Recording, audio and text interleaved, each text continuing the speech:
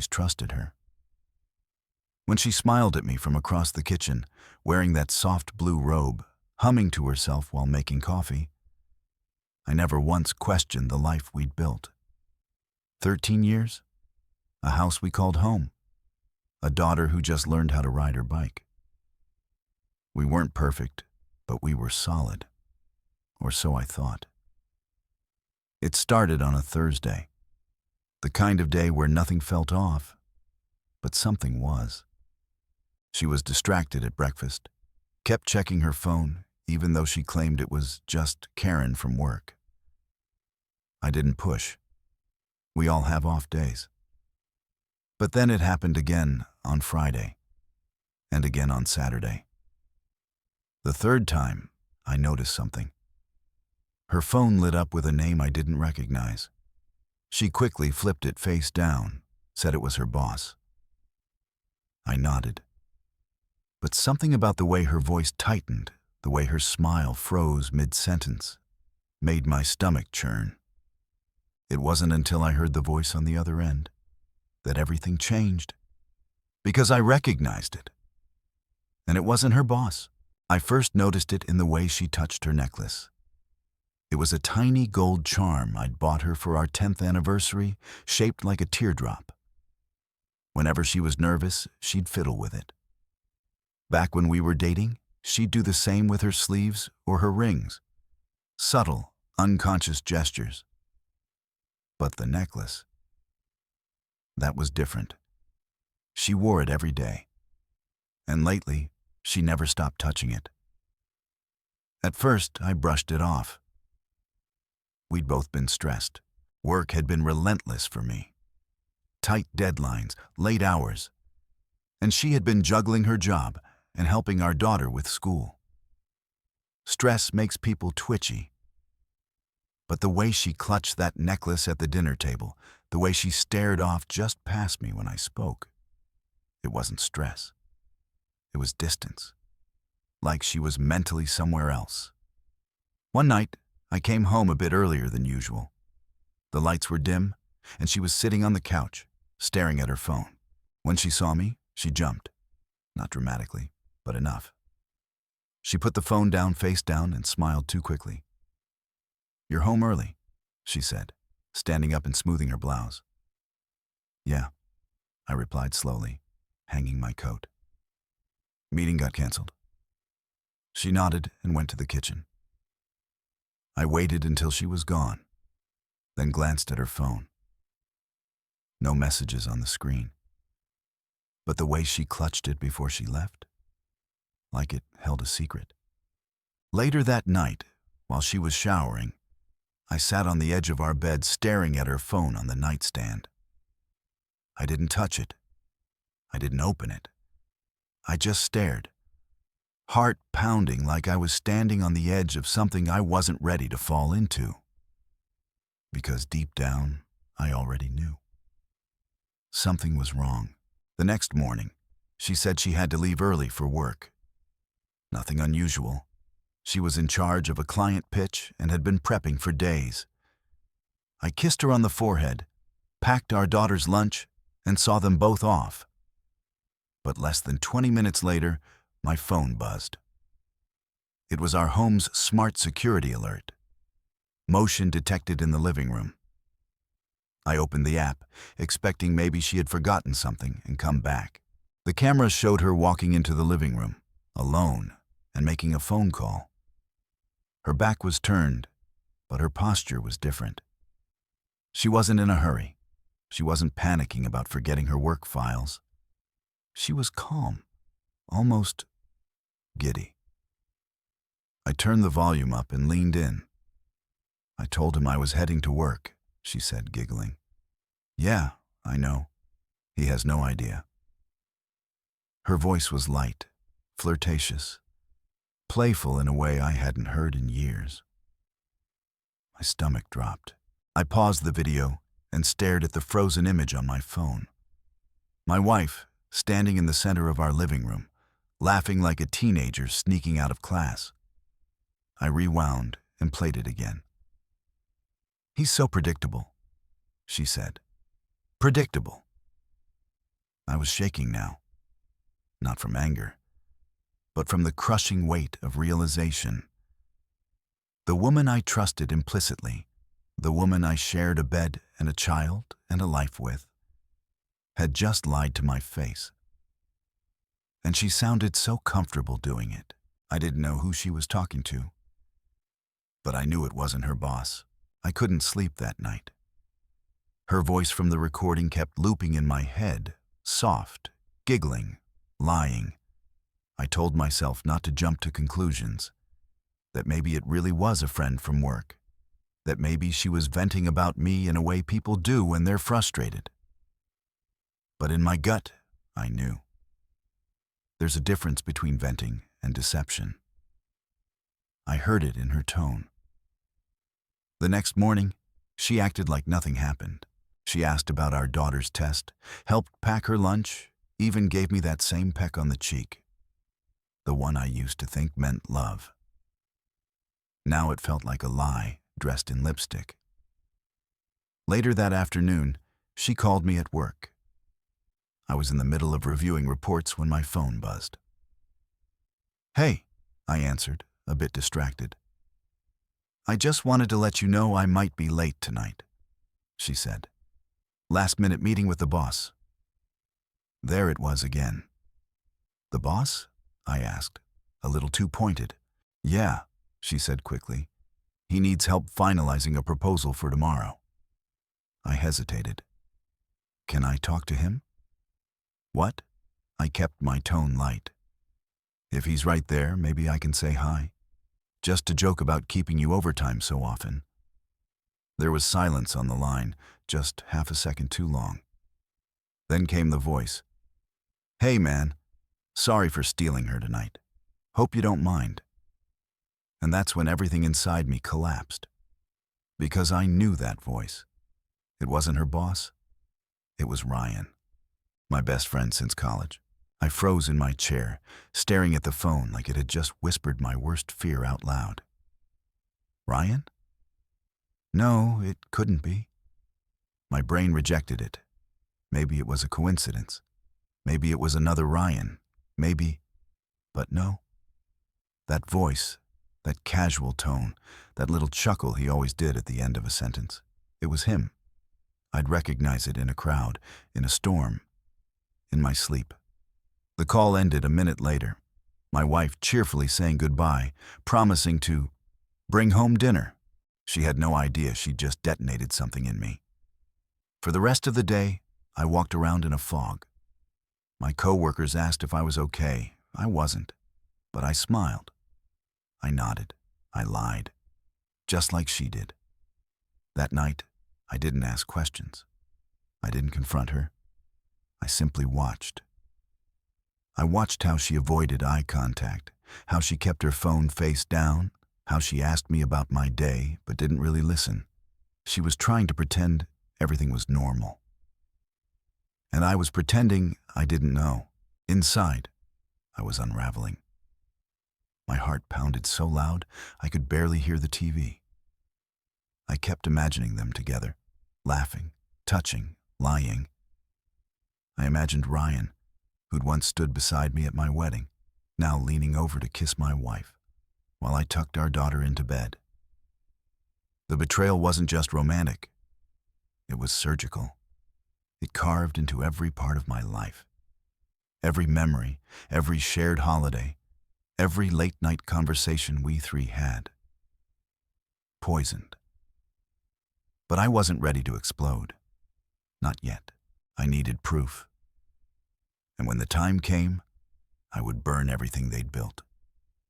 Quietly, the next morning, I texted Ryan. "Grab lunch today?" He replied within minutes. "Absolutely, man. Haven't seen you in weeks." That stung. We used to talk every other day. Poker nights, football Sundays, helping each other move furniture, paint walls, fix broken faucets. He was like a brother. But lately, now that I thought about it, he'd grown distant. Excuses. Last-minute cancellations. The kind of slow fade out you don't notice until the silence starts to echo. We met at our usual spot, a small diner near downtown. He walked in like nothing had changed, all smiles and handshakes. "Look at you," he laughed. "Still ordering the same sad tuna melt?" I smiled, but it didn't reach my eyes. Some things never change. We talked surface-level nonsense for 10 minutes. Sports, work, mutual friends. Before I brought her up. "Emily's been off lately," I said, stirring my coffee. Ryan blinked. "Off?" "Yeah. Secretive. Distant. I think something's going on." He shifted in his seat. "Like what?" "I don't know," I said slowly, watching his face. "Maybe she's seeing someone." There it was. A twitch. Barely noticeable, but real. His fingers tightened around his water glass. "Come on," he chuckled. "Emily, she's loyal to a fault." I nodded. "You're probably right." But inside, my suspicion sharpened. The way he deflected, the forced laugh, the fact that he didn't ask a single follow-up question. It all screamed guilt. He changed the subject quickly, started rambling about a new job opportunity out of state. Said he might move soon. I smiled and made a decision right then. I'd let him dig his own grave. With every lie they told, I'd quietly gather the shovels. That night, I couldn't sleep. I lay there in the dark, Emily breathing steadily beside me, and my mind started pulling threads from the past. Tiny, forgotten moments that suddenly glowed with new meaning. Like the weekend she'd gone to visit her sister last month. She said her sister was sick, needed help with the kids. I remembered offering to drive her and how quickly she shut that down. Or the time Ryan canceled poker night, claiming he had food poisoning, but then tagged himself at a new rooftop bar on Instagram, only to delete the post a few minutes later. Little things. A laugh too loud when Ryan made a joke. That time I caught her wearing perfume she hadn't touched in years, on a night I was out of town. And then there was the camping trip. 6 months ago, Ryan and I had taken our daughters to the lake for the weekend. Just us and the kids, like old times. We grilled hot dogs, told ghost stories, skipped rocks. It had been perfect. But now I remembered him checking his phone constantly, sneaking off for calls from work. Was he talking to her? Was she home alone, curled up in our bed, whispering into the phone to the man I thought was my brother? The memories turned toxic. What once felt warm now burned. My entire marriage felt like a house infested with termites, still standing, but hollow and crumbling from within. I needed more than suspicion. I needed something undeniable. And I was getting close. The next day, I started documenting everything. Every time she left the house, I noted the time. I checked our security system logs. I synced her calendar to mine, subtly, so I could cross-reference her work meetings with traffic patterns and phone pings. I wasn't tech-savvy, but Google is generous when you're desperate. I bought a cheap voice-activated recorder and hid it in the car. Tucked into the lining under the passenger seat, another one slipped under the couch cushions in the living room. I didn't care if it made me look paranoid. I needed truth, not comfort. And then I checked our phone plan. Shared data, call logs, timestamps. There it was. Ryan's number again and again. Odd hours, long durations, sometimes twice a day, sometimes after midnight, and always when I wasn't home. One call lasted nearly an hour. The same night she told me she was too tired for movie night and went to bed early. I sat there staring at the screen until my hands went numb. This wasn't a maybe anymore. It was happening. The recording started paying off too. Snippets of conversation, her voice giggling in the car. Once, the name Rye slipped through. Another time, she whispered, "You're bad." Then laughed that laugh, the one I used to think was mine. I didn't cry. I didn't scream. I didn't confront her. I just listened. And with every second of audio, every lie revealed, I felt a strange new emotion building inside me. Not sadness, not rage, but a cold, deliberate kind of resolve. They were building something behind my back, and I was going to watch it collapse. It escalated faster than I expected. One afternoon, while she was out running errands, I noticed her laptop still open on the kitchen counter. Normally, she took it everywhere. She guarded that thing like it was nuclear launch codes. But this time, she'd left in a rush. I hesitated for a full minute before touching it. No passwords, just her email open in a minimized tab, and a second window, private messages. I clicked. It was a chat thread with Ryan. The most recent message from him read, "Still thinking about last night. You looked incredible in that red thing." Her reply, "Wish I didn't have to sneak around, but he'd never understand." My hands were ice cold. I scrolled up. Weeks of messages, photos, inside jokes, references to things they'd done in our house, on the couch, in my car, even in our bed, when I was out of town for a conference. I screenshotted everything. Then I closed the laptop, heart pounding, and sat down. I wasn't going to confront her yet. I wasn't going to cry. I was going to upgrade. That evening, I went online and bought a small nanny cam disguised as a smoke detector. Installed it in the bedroom when she was at work. Synced it to a private cloud account, just in case.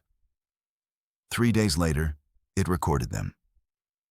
Ryan, in my house, sitting at my kitchen island, drinking from my mug, kissing my wife while my daughter played outside with chalk on the driveway. I watched the footage at midnight, every nerve in my body screaming. But my face remained still. Blank. The final piece had fallen into place, and I was done being silent. She started getting sloppy. Maybe it was comfort. Maybe it was arrogance. Or maybe she was just tired of pretending. But the little cracks in her performance became canyons. One night, she came home late. Said she'd been helping a coworker prepare a presentation. She smelled like whiskey and cologne, not mine. I asked how it went. She blinked too long before answering. It was fine. We got it done. No mention of the coworker's name. No mention of what the presentation was about. Just vague words and a distant stare. Then there was the laundry. She always did her own, said she liked it that way. But I checked the basket while she was in the shower. Tucked inside her gym bag were 2 unfamiliar receipts. One from a steakhouse an hour away. Another from a boutique hotel I'd never heard of. Both dated on nights she said she was working late. When I confronted her about the receipts, lightly, casually, she claimed they were from a work dinner she'd forgotten to tell me about. Said her boss covered it, but she paid the tip. Her hands were trembling as she spoke. And that's when I realized something important. She wasn't lying to protect me. She was lying to protect herself. She didn't love Ryan. That much was obvious from the messages, the video, her cold detachment. This wasn't romance. This was escape, a selfish, reckless way to feel wanted again. But it didn't matter why anymore. What mattered was that she thought I didn't know, and that made her predictable. I waited for the perfect moment. It came on a Saturday night, 2 weeks after the hotel receipt incident. Emily was curled up on the couch, glass of wine in hand, scrolling through her phone like nothing in the world could touch her. I sat down beside her, heart thudding like a drum. "I heard something strange the other day," I said casually. She glanced over. "Yeah?" "Someone called while you were out. Left a voicemail. I think it was for you. She stiffened. Really? Who? I pulled out my phone and hit play. It was one of the audio clips from the recorder in her car, short but clear. Her voice. I miss you already. You drive me crazy.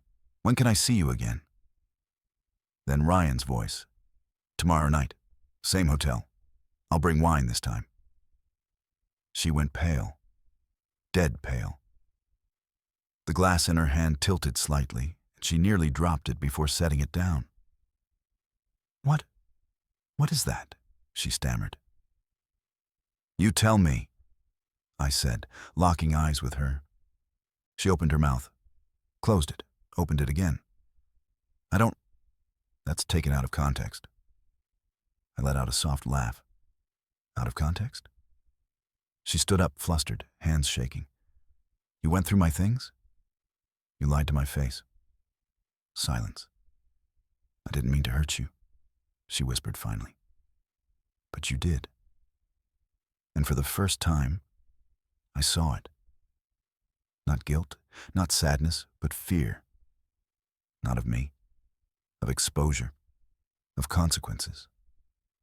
She had spent months living two lives, and I had just torn the mask off one of them after she went to bed that night. I sat in the dark and thought about Ryan. We met freshman year of college, two broke kids trying to survive 8 a.m. lectures and microwave dinners. We'd pulled all-nighters before finals, shared job leads after graduation, and toasted at each other's weddings. He was the one who helped me move into my first apartment. He cried at my wedding. I was godfather to his niece. So, how do you bury a friendship like that? I scrolled through old photos on my phone.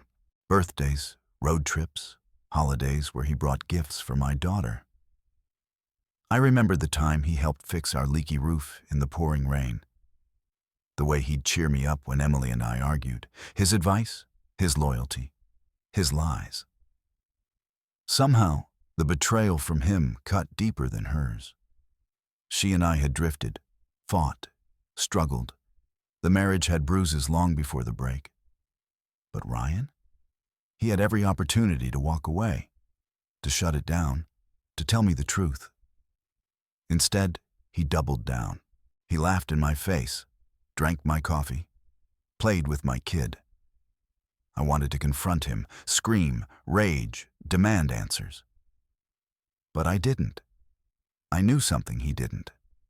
His mother was throwing a retirement party in 2 weeks. She'd invited everyone, old friends, extended family, colleagues, including me. And I was going to be there, with receipts. The week leading up to the party was the worst of my life. I lost my job on Tuesday. Company-wide downsizing, they said. Budget cuts, nothing personal. But I saw it in their eyes. Cold sympathy, like I was already halfway out the door. I packed up my desk in silence and drove home with a cardboard box of memories and a knot in my chest.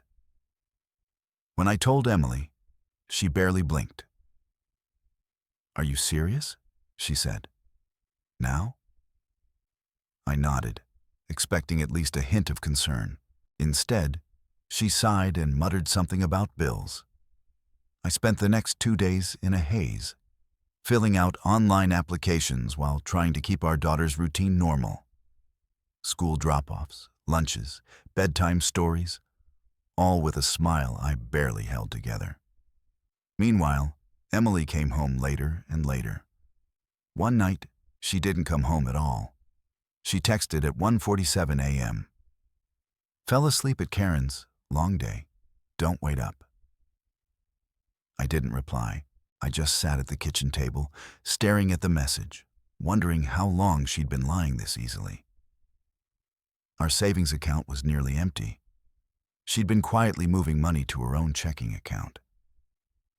I discovered the transfers during a bill payment. Every time she smiled at me, she was quietly packing a parachute. It wasn't just betrayal anymore. It was abandonment. She wasn't just cheating. She was preparing to leave. and I was about to make sure she'd regret how she did it. The night before the party, I laid everything out on the dining table. The printouts of their texts, the hotel receipts, the screenshots of call logs, still frames from the nanny cam footage, blurry but damning. Even the audio files, labeled by date, saved on a flash drive. I wasn't going to scream. I wasn't going to fight.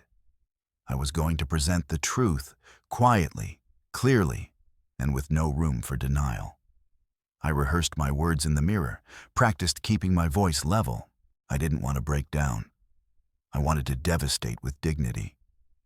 Then I packed a small bag with clothes, essentials, and the box of family photos I couldn't bear to leave behind. I wasn't sure what would happen after the confrontation. If I'd be kicked out, or if she'd run, or if the entire house would collapse into ash. I left the bag in the trunk of my car. That night, Emily came home late again. She kissed me on the cheek. I let her. I asked about her day. She lied effortlessly. Then she told me she'd be working all weekend, training a new hire. I nodded. She had no idea that her parents, my parents, and Ryan's entire family would be in the same room tomorrow.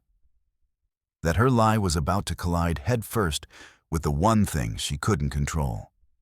The truth in surround sound. I went to bed early that night. Not because I was tired, but because I wanted to be rested. It was going to be a long day, and I wanted to enjoy every second of it. The party was held at a community center on the east side of town. Dozens of people filled the decorated hall, balloons, finger foods, photos of Ryan's mother throughout the decades. Laughter echoed off the walls. I shook hands, hugged old acquaintances, kept my smile tight and my voice calm. Emily wasn't there. She told me she was training all weekend, remember? But Ryan was. He spotted me across the room and hesitated for just a second too long before walking over. "Didn't expect to see you here," he said, voice tight. "Your mom invited me?" I replied. "She'd be heartbroken if I missed it." He gave a thin smile. "Right." His eyes flicked to the flash drive peeking from my shirt pocket. I let it show on purpose. Around 2 p.m., just as everyone sat down for speeches and cake, I tapped a spoon against my glass. "Before we start," I said, "I'd like to share something." People turned, quieting. Ryan's mother beamed at me. "Oh, of course, sweetheart." I plugged the flash drive into the center's speaker laptop. The audio filled the room. Emily's voice. "I miss you already. You drive me crazy." Ryan's voice. "Same hotel. I'll bring wine this time." Gasps, chairs scraped, eyes widened. Ryan's face drained of color. I didn't look at him. I looked at his mother, and then at mine. And then I walked out. I didn't need applause. I just needed witnesses. Emily was waiting on the porch when I got home. She must have heard about the party. Word spreads fast in families, especially when shame is involved. Her eyes were red, her makeup smudged. She stood as I approached, arms crossed like she was bracing for impact. "You humiliated me," she said quietly. I dropped my keys in the bowl by the door. "No, you did that all by yourself." She followed me into the house. "You had no right, airing our personal issues in front of everyone like that. My parents, his mom." I turned to her. "You mean the people you lied to? The ones you smiled at while stabbing them in the back?" She opened her mouth, but nothing came out. "I lost my job," I said. "You didn't blink. I didn't know. You moved money, hid hotel receipts, slept with my best friend in our bed. But sure, let's talk about my timing." Her face collapsed into something between guilt and desperation. "I didn't mean for it to happen this way," she whispered. I believed her. I also didn't care. I packed a bag, I said. It's in the car. I'm not going to yell. I'm not going to drag this out. I just want out. You're leaving? I already left, I said, stepping toward the door. You just didn't notice. She didn't cry. Not right then. She just stood there, hands limp at her sides, realizing too late that the man she betrayed was walking away. And she had no one left to lie to. It started raining as I pulled out of the driveway. Not a storm, just a soft, steady drizzle, the kind that makes everything quiet. I drove aimlessly for a while, letting the windshield wipers mark time like a metronome for my thoughts. I didn't know where I was going. I just knew it wasn't back there. Eventually, I parked at the edge of a park near downtown. It was late. The benches were empty. I stepped out, letting the rain soak through my jacket, and sat under a tree I remembered from years ago. Our first date with Emily had ended near this spot. Funny how memories rot. I reached into my coat and pulled out a photo. It was one of the last ones we'd taken together as a family. Smiles, matching outfits, a pumpkin patch. My daughter sat on my shoulders, and Emily leaned into me like she still meant it. I stared at it for a long time before folding it neatly and tucking it into my wallet. Not to hold on to her, but to remember what I survived. I wasn't angry anymore, just empty. And somehow, that felt like progress. Because emptiness leaves space. Space to rebuild. Space to remember who I was before the lies and the silence and the second guessing. I had lost my job, my best friend, my marriage. But I hadn't lost myself. I was still here. So I stood, and I walked forward, not to escape her, but to return to me. A month passed. I moved into a small apartment across town. Nothing fancy. 1 bedroom, old carpet, weak water pressure. But it was mine. The silence inside it was honest. No secrets humming in the walls. I got a new job at a logistics firm. Less money, but steadier hours. I picked up our daughter every weekend. We went to the zoo. We made pancakes from a box. She asked about mommy sometimes. I didn't lie. I just told her grown-ups make mistakes too, and sometimes those mistakes mean we live in different places. She nodded like she understood. Ryan reached out once, just a text. I screwed up. I'm sorry. I miss our friendship. I didn't reply. Emily sent a letter, handwritten, said she was in therapy, that she didn't recognize herself anymore, that she hoped I'd be okay. She ended it with, "You didn't deserve any of this." She was right. But closure doesn't come from their regret. It comes from your own decision to stop bleeding. So I forgave them, quietly, without telling them. Because I didn't want to carry their choices anymore. Spring came early that year. One morning, as I walked to my car, I noticed a sprout pushing through the cracks in the sidewalk. Small, defiant, green. It reminded me of something I hadn't felt in a long time. Hope. And that, more than revenge or justice, was what I'd been searching for all along.